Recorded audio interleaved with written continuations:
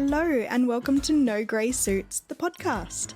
I'm your host, Anastasia, and this is a place for people who have escaped corporate to do their own thing, where we'll talk marketing, video, social media, business, and chat with other business owners about their journeys. It's a bit random, sometimes super practical, sometimes plain old entertainment. Hello and welcome back to the podcast. I'm Anastasia, your host. And today I want to take you through some things that you can keep in mind if you are planning to present an online webinar or masterclass. Now, this is something that I've done a lot of in my time for a lot of different industries, and it's something that I actually enjoy doing, strangely enough. I am one of those weirdos. But there are a couple of things that I've picked up along the way, no matter what industry, that make my life easier, but also mean that my audience actually enjoys and understands what I'm trying to get across. And most of the tips that I'm going to give you today follow that good old KISS theory. KISS, keep it simple. I'll say silly. So if you remember these tips when you are planning a webinar or an online masterclass, or even an in-person presentation, I think you'll find that your audience will retain more of the key information that you are planning to get across, as well as feel like you're in it with them. So you'll feel a little bit more relatable to your audience. Hey, you might even crack a smile every now and then. So one of the first things I want to cover off is why I'm so focused on keeping it simple. Now, if you throw up a slide in front of people on a webinar that has a bunch of stats, a bunch of text, a bunch of information, sure, you're giving them heaps and heaps and heaps of value, but what are the chances they're actually going to read it? What are the chances that while you're talking, they're actually going to absorb anything that they're reading? Or the other way around, if they're too busy reading your slide and all of the complex information on it, they're not listening to you. So either way, they're missing something. So don't overcomplicate the information because you can lose your audience really, really quickly. And then you move on to the next slide and they've got no idea what it has to do with the last one because they were either too busy reading or too busy listening, not able to comprehend both. When people are watching a webinar or a masterclass, yes, they are there to learn. They are there to absorb information. But at the same time, you don't necessarily want them to feel like they're at a university lecture. You don't want them to feel like they're being lectured to or spoken down to. If you start using a bunch of jargon, if you start using a bunch of terms that your audience aren't familiar with, because, hey, what you do every day isn't what they do every day, so they can't be expected to know everything that you know, again, you're going to lose them. They're going to think, oh, this isn't for me. I don't understand enough about this. This isn't for me. I need something that I actually can start to understand. So unless it's jargon that you know your particular audience is familiar with, then leave it out. Keep the terms simple. That way, they don't feel spoken down to, they don't feel like they're in a uni lecture, and they won't click exit because they start thinking, this isn't for me. Also, you want to build trust with your audience. You want them to feel like you're talking with them, not just to them.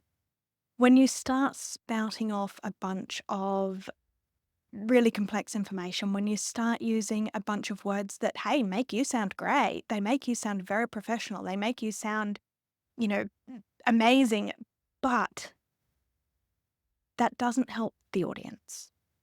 So always think of your audience and what they are getting out of what you're saying and what you're doing. Also, making your content more accessible. Now, you might think, I only want to attract, super well-educated people on 400 grand a year, so that's the language I'm going to use. But you know what? A doctor is super educated. Some doctors are on 400 grand a year. But do they know the ins and outs of financial planning? If you start throwing out technical terms at them, are they going to know what those terms are? No, it's exactly the same flipped around the other way. If they start coming at you and asking you about, I don't know, different veins and arteries in the body and they're getting really excited about it, you're going to think, oh yeah, this person really knows their stuff. But what are you actually getting out of that conversation? Keep it simple, keep it accessible. This is one I've kind of touched on a little bit there around jargon, but plain language, especially when you've got information up on a slide. Run it through a checker or have a read of it, or hey, even drop it into whatever AI tool you're using and see what level of language you're using. Now, when I talk about levels of language, you may not have heard that before, so I'll drop some links in the show notes about it. But there are some fairly standard levels of language that I used when copywriting or in marketing, anything like that, or even in education. And a lot of that hinges on around, strangely enough, school grade levels. So, you might tuck your copy into an AI tool and ask, does this copy meet the language accessibility or the language level of a 12-year-old or a child in grade 9? That way, you can make sure that you're not overdoing it on the super complex words. And you might think that by doing that, you're treating your audience like a child. No, you're not. What you're doing is making the information that you are very briefly putting up in front of somebody, while you're also asking them to concentrate on your voice and what you're saying, you're making that content very easy for their brain to absorb. If you start putting out content that on the screen that you're asking them to read that is at a grade 12 or university level, then again, back to what I said before around all of the jargon, they're going to have to be focused on either one or the other. We can only absorb so much at once. One of the things that I like to think about when I am putting something out there into the world, and this is making it even younger than I just spoke about, but this goes for any marketing, is would my toddler understand this? Now, chances are the answer is going to be no for just about anything. But there's always a but, isn't there? But if I ask that question about my content and I read back through it with that lens, there's a pretty high chance I'm going to be able to simplify a few things. Now, no, I'm not going to make it a 2-year-old reading level. They don't read yet. But what I'm going to do is look at it through a lens of how can I simplify this? If I said this sentence out loud, would it make sense?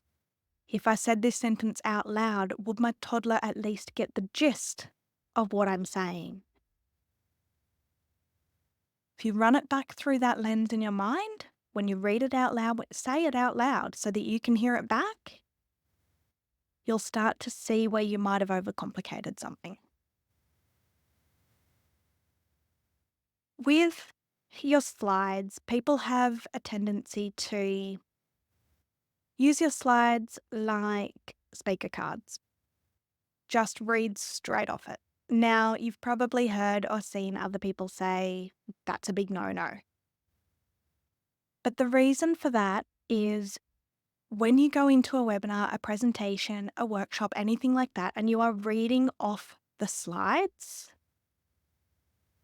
you are most likely reading out loud slower than what most of the audience are actually reading off the screen themselves.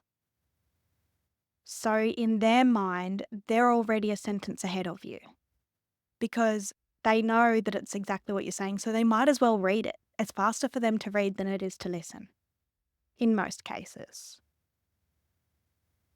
You'll put pauses where there need to be pauses. You'll put emphasis on different words. So this makes it a little bit harder for your audience to concentrate, strangely enough, by putting the exact same thing that you're talking about in front of them as what you're saying. I prefer to use slides for imagery, graphs, graphics, and not use them much about the words. Maybe a couple of key points to keep me on track if I don't have some kind of prompter in front of me, but not word for word. That your slides aren't your speaker cards. It's very, very clear when you do that as well that you're not just talking to the audience and wanting to make a connection with the audience. And they actually feel, and I know I feel this when I'm watching a webinar, if people come to the end of a webinar or the end of a section and say, all right, so any questions from the audience? I am a lot less likely to actually get involved, engage, and ask questions if the presenter has just read off the screen. And you might ask why? Because I'm not actually sure they know their topic all that well. That sounds really harsh, but it's true. I could get a set of slides on any topic today and have all of the information on each slide. And I could present that pretty well. I'm a half decent presenter and I can fumble my way through most of things. But if somebody does that and they're just reading off the slides and they're not talking about something like they know it really well, they're just reading out loud, they could have picked up a book on it yesterday. So if you're reading directly off the screen, then it's a little bit harder for you to expect your audience to actually engage, ask questions, get involved in the conversation because they don't necessarily have the confidence that you know any more than is what is on the screen and what they'll probably be emailed as a PDF of the slides later. Couple of examples I want to give you of using jargon in your presentation versus changing things over to slightly simpler language, because you might have wondered what I was on about a little bit there. And as is usual for me, I'm going to use finance as a comparison because I know it. So, couple that I've got that I prepared earlier. I'm going to say to you, and it's going to be up on a screen, amortization schedules are crucial for understanding the breakdown of your monthly mortgage repayments. Did that take you a couple of seconds to compute? If you're not a finance person. How could I say that a little bit more simply? A payment plan helps you see how much of your loan payment goes towards the loan or to interest. There you go. Slightly simpler, a little bit less jargon. Yes, you probably knew all of the words in that first sentence, but it takes a little bit longer to compute. Tiny bit longer to compute unless that language is what you're using every day. Another one. Unleash the potential of a boundless financial horizon with our premium investment strategies. Oh, that sounds cool. That sounds professional. That sounds like you really know what you're doing. Great for the ego. Not so great for your audience. How else could you say it? Grow your money with our top investment strategies. That's it. I made it a bunch simpler, a bunch easier for your audience's brain to comprehend, and less about me showing off all of the awesome words I know, and more about actually getting some of that value and some of that information into the audience's head without making them think too hard. No one wants to think too hard. Halfway through your presentation, they're probably wondering what they're going to have for lunch. You're also making them understand jargon? You've lost them. Couple of bonus tips now. When you can, with a webinar, Stick to one main topic or one clear takeaway that you want your audience to go home with. One main thing. What was my main thing today? My main thing was to keep your language simple. Remove jargon, keep your language simple. Practice makes perfect, but don't overscript it. A little bit of an oxymoron there. Practice makes perfect. Nobody's perfect. Nothing's perfect, but it's a good thing to keep in mind. If you get in front of a crowd of people online and you've never gone over this presentation before, you're going to feel nervous and that's going to show. If you have at least practiced in front of a camera and then watched it back at 2 times speed, because hey, who likes sitting through watching themselves back?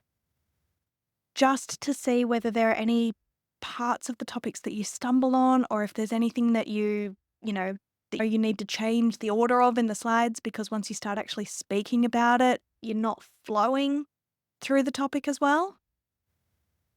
Do a practice recording. Just to see those little glitches so that you're not making them in front of people the first time, because that's just going to make you nervous. Short sentences are key. I am hugely prone to rambling. I ramble more when I'm nervous or when I don't know the topic that well. I dare say you probably do too. Keep it short, keep it simple, keep it concise, then you're going to find your audience absorbing a lot more.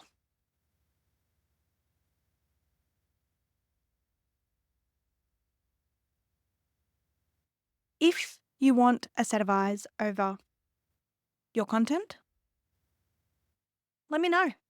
I'm more than happy to be a sounding board. I'm more than happy for you to practice on me if you're not comfortable just practicing and watching it back yourself. You can book in a consulting hour in my calendar. And hey, you'll have an audience of somebody who might not know your topic all that well, so you're going to have to use simple language.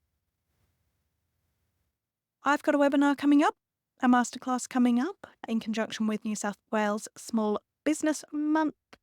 That is coming up on the 9th of October. Yep, the 9th of October. And that one is all about how to show up online as you without putting on the mask, and how to feel a bit more confident sitting in front of a camera, doing the kind of thing that I'm doing now. And some of these tips will probably be in there as well, but there'll be a whole bunch of other bits and pieces. Speaking of which, I should probably get off and go practice that one now. But just remember, if you want an extra set of eyes on your content, on your webinar, let me know. Happy to help. Take care.